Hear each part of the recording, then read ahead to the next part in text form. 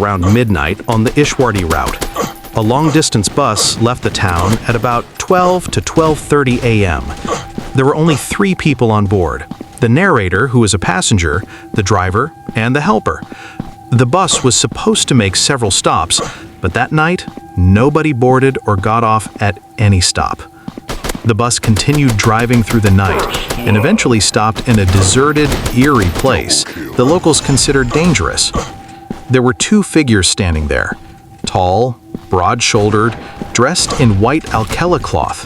Their faces were hidden in darkness. One of them held a shroud-wrapped corpse of a small child. They told the driver, "Please drop us off at our burial place down the road." The driver and helper felt scared, but they didn't say anything.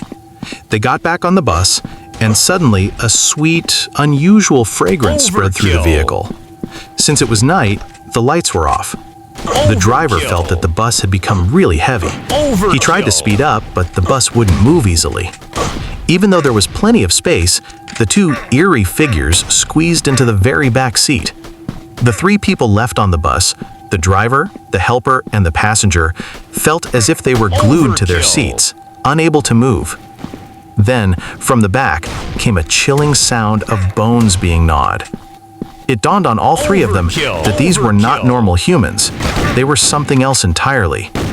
They had boarded the isolated nighttime bus to feed the child peacefully. After what felt like ages, the bus finally reached the cemetery. The driver asked them to get off. Meanwhile, the passenger had moved from his seat to sit next to the driver near the door. Maybe something was said between them, but I can't be sure. As soon as those 2 figures stepped off the bus and onto the cemetery, the driver flicked the lights on because he was so curious and terrified. In that harsh light, the figures looked human, but their eyes were huge, dark cavities, hollow. They were still holding the infant's shrouded body. Turning to the passenger, they said, "Because your mother's milk was so potent, you lived through today." With those words, they vanished into the graveyard forever. Overkill!